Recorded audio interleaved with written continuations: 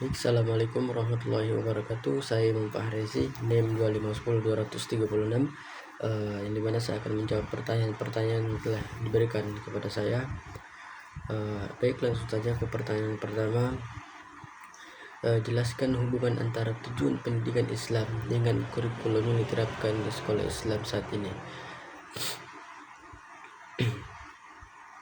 Baik, saya akan menjawab pertanyaan yang pertama.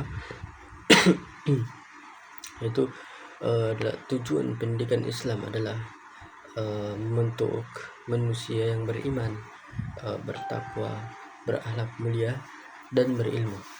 Dan kurikulum sekolah Islam juga dibuat untuk mencapai tujuan tersebut melalui pelajaran agama dan umum. Secara umum sudah cukup selaras, tetapi dalam praktiknya itu masih ada saja sekolah yang lebih menekankan prestasi akademik daripada pembinaan akhlak. Baik, lanjut ke pertanyaan yang kedua. Jelaskan kelebihan dan kelemahan metode ceramah yang sering digunakan dalam pembelajaran pendidikan agama Islam jika dikaitkan dengan tujuan pendidikan Islam.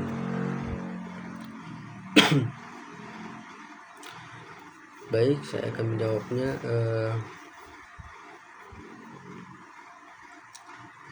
Dimana kelebihannya, yaitu dimana kita itu mudah menyampaikan materi kepada banyak siswa, terus juga hemat waktu dan lebih efektif untuk menjelaskan konsep agama.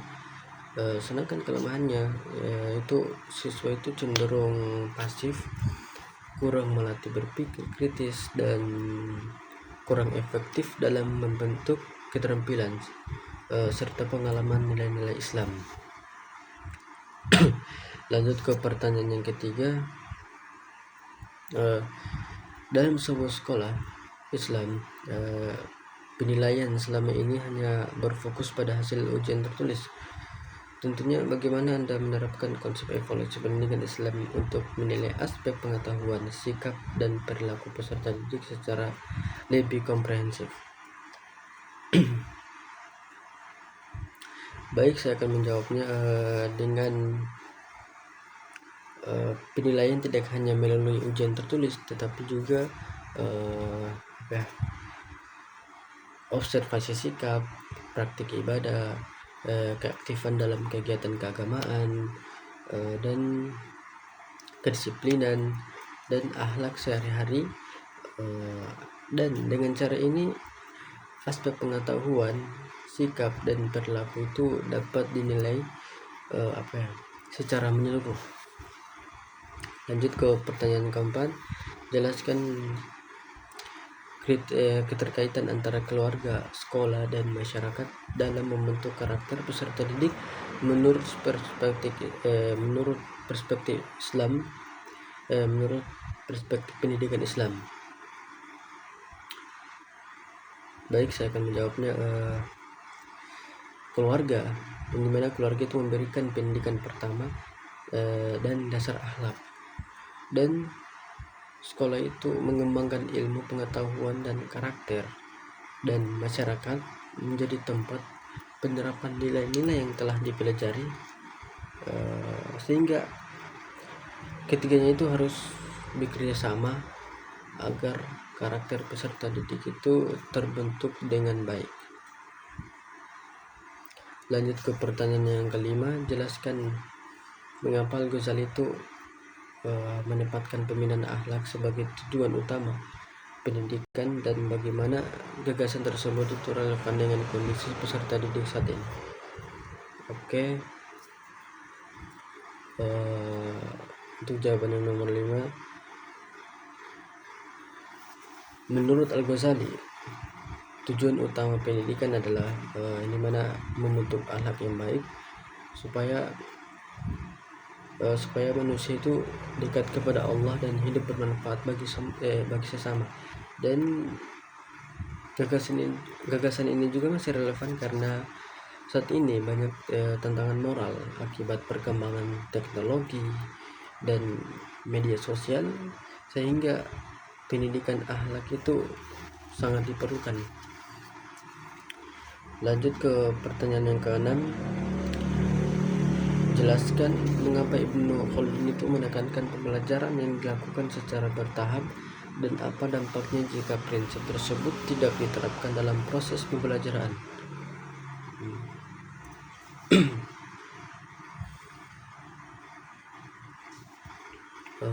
Baik, saya akan menjawabnya, di mana Ibnu Khaldun menekankan pembelajaran itu bertahap agar siswa memahami materi sesuai kemampuan mereka, yang dimana jika diterapkan, siswa itu dapat merasa kesulitan, bingung, kehilangan minat belajar, dan hasil belajar mereka itu menjadi kurang maksimal. Baik, lanjut ke pertanyaan ke-7. Sebuah sekolah Islam ingin mengintegrasikan ilmu agama dan ilmu umum dalam pembelajarannya. Dan bagaimana Anda bisa menerapkan gagasan Islam ini menurut Ismail Raja Al-Farqi dan konsep adab menurut Muhammad Naqib Al-Atas dalam program pendidikan sekolah tersebut.